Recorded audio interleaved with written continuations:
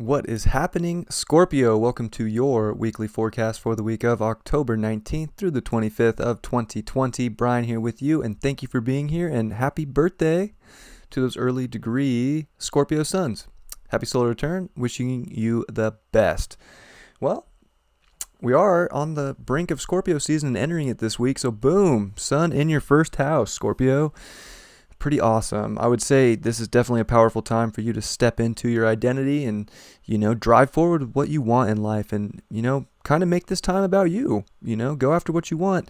We're going to get that Kazemi with Mercury at the end of the week. So I think it's really time to, find the power within yourself, to see it and, to express it in ways that are meant to. And I'm not saying power over people, but power within yourself and to own that.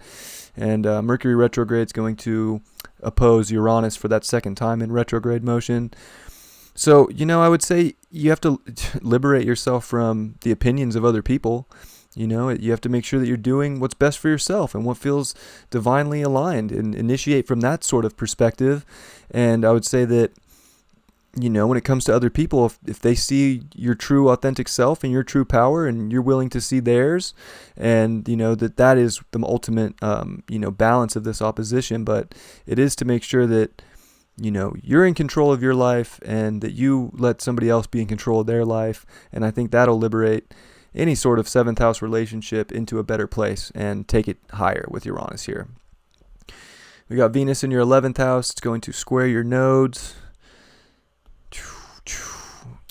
So Venus in the 11th anyways, it wants to kind of, it wants to see the ultimate beauty within yourself, I think, by breaking away from any sort of norms or any sort of structures in life that, aren't of the vibe that you got, that aren't letting you be in your power. And, you have to see that power in yourself. I would say that this South Node making that square is definitely where you want to, I would say, pull power from in this square in a big way, because you want to have a lot of self-confidence.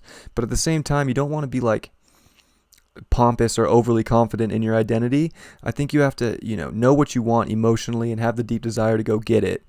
And, if you're willing to disconnect from things or people in life that are not seeing your power, then that's the best thing you could do, because the 8th house really is that desire and that deep power deep within, and it's about going down there and getting it. And I think, you definitely want to pull the confidence with you, but I would say not to get, I guess, overly confident with that South Node there, but to make sure that your values are being met and that they come from a really deep place in the soul. And that's where the beauty's at, and that's where the relationships need to come from, is making sure that everybody in the relationship is, in their own identity, and that there's a mutual vibe and connection, so that, any sort of relationships or groups of friends can innovate and move forward with that same, vibe going on. And everybody's in their power together. And that's the beauty of the 11th house. And that's where true innovation comes from within groups of people. So Venus is also going to make trines over to the Capricorn energy. This is a lot of stuff in your 3rd house. The moon's going to be there for this trine too. Jupiter, Pluto, Saturn. I think it's definitely about the message you're trying to get out right now and making sure that you can do it from an objective place within people. Dropped my pen. There's a lot about people here in your chart, and I think you got to be objective with who you keep in your life and make sure that they're on your vibe and that you're able to express yourself from a very deep soul perspective and to, take in facts too. It's got to be objective, and there's got to be some truth to what you're doing. And I think it'll be easy with that trine, to be honest. I think, the more honest you are with your communication of who you are, the better. And usually Scorpio is pretty good at that anyways. That moon's going to move into Aquarius, and it's going to make the first quarter square to the sun.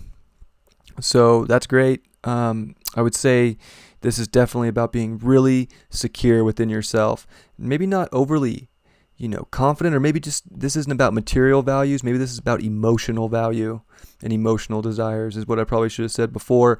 But, stepping into that emotional security with that moon and owning your identity, owning your ego, and being vulnerable enough to break away from anything that's holding you back, whether it's with people or any other structure in life, and to, go towards the deepest of desires.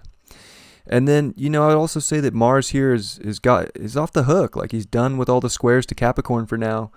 So I would say the sixth house is lightened up, and it's going to be easier to analyze and take action from a more analytical nature.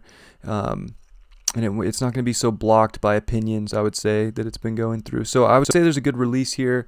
Step into your power, step into your true authentic self, go for what you desire, and make sure that your relationships vibe with that desire on a really deep level. And I think this is a positive week. You got the Seven of Pentacles upright. So, it's kind of like the keep working card. And I think, it is kind of about like keep working, it is, we just got into Scorpio season this week. So I think you keep working on yourself, you keep working on your power, and your desires are going to be met. And it is that like slow, steady work that gets you there. And that's kind of for everything in life. So, I would say put that work in on yourself, and watch things take place in your life that are beautiful when it comes to relationships, when it comes to other people, and when it comes to breaking free from anything that doesn't let you be in your true independence and freedom within your soul. Love you very much. Catch you next time. Peace.